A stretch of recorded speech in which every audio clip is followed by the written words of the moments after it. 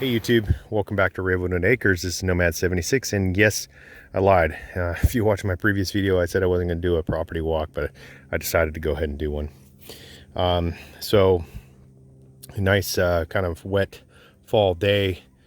Yes, I've got some pigs running around in the background. Those are Coonies. Never did a really video on those. Clover, get back here. Come on. Okay, so now that I've got my pigs back, they decided they wanted to wander down the driveway. Anyhow, so got the cherry tree in here. I said planting on a slope, a little tricky. I will be staking this in so that it'll hold it on the slope during the winter. It should, here in the fall, good time to plant. Still has enough energy to push some roots in, get a good grip. By spring, it should help jumpstart it. Like I said, number one mistake, don't bury the base of the tree there, the trunk. It'll choke it out. So the prune still doing well, going into fall here. Of course, some pests have got at the leaves, but that's normal. And then I've got another apple here. It's an Empire, and got it in the ground. And then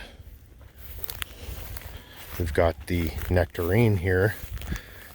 It's on even more of a slope, but if you can tell, obviously I got slope property, so I'm trying to use this as to help hold the ground, and I'm replacing some of the native trees with fruit production trees, and that one definitely obviously be staked in also to help hold it.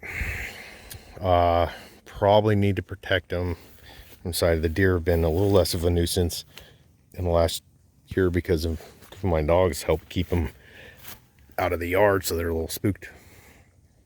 And we have this old Fuji here, produced one apple this year, one.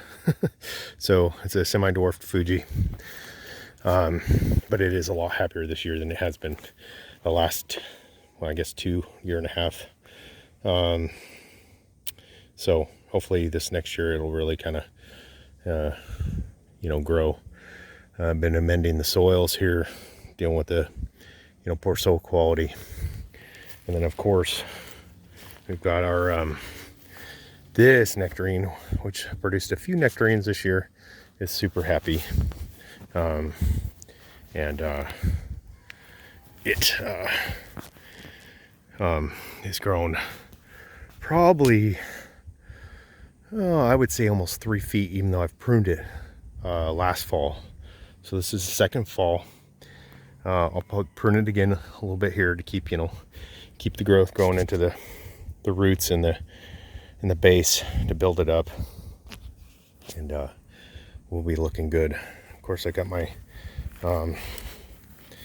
comfrey going there. It's doing really well. I need to split it this fall or this winter probably. And then my 2 paper birches out here that I talked about, they're doing really well. Continue to clear blackberries on this hillside and try to control it with other natural measures like shade and other plants. And honestly, if I get a lot of the blackberries down during the right time of year, the grasses kind of take over and help kind of choke it out. So that's something that portion is another part of the property management that I have not yet tackled. Probably if I get time this winter, because winter's a pretty good time to tackle the blackberries because they die down. I'll clear it out, and like I said, slowly replacing these alders, which are a great pioneer species, with either just other aesthetically pleasing trees and or productive trees, meaning like they produce a fruit or a nut or something like that. Is our goal here. I'm gonna be leaving some of the cedars just because, for one, it's a hillside. Not a good idea to remove all the trees from hillsides. And I'll give you another quick look. Obviously they're not a part of the trees, but this is Clover and Violet, our Coonies. Right now they're just out here eating some nice fresh grass and enjoying life. So, and then we have that black walnut over there, which in essence should be controlling these blackbirds. I hope controlling those in the future with the jungalung or whatever, I always pronounce it wrong, chemical they produce. Native here, and I've gotten some nut production on some of them, but this is like a hazelnut, like a Oregon hazelnut style tree. They are native and they're all over my property. I've been helping keep them cleared out, you know, clear more blackberries here. One oak right here, white oak, Oregon white oak, and another one there. I'll probably cage both of these because they're so small to protect them from the deer, and they're kind of on the outskirts. Those are long-term investments. They're well, they were year-olds when I got them in the spring, seedlings or saplings, and they, you know, I kept them in containers throughout the summer. Now I'm planting them this fall. I've got 8 more I need to put in the ground.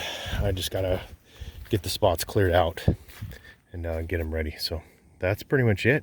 Thanks for watching. So once again, this is Nomad 76.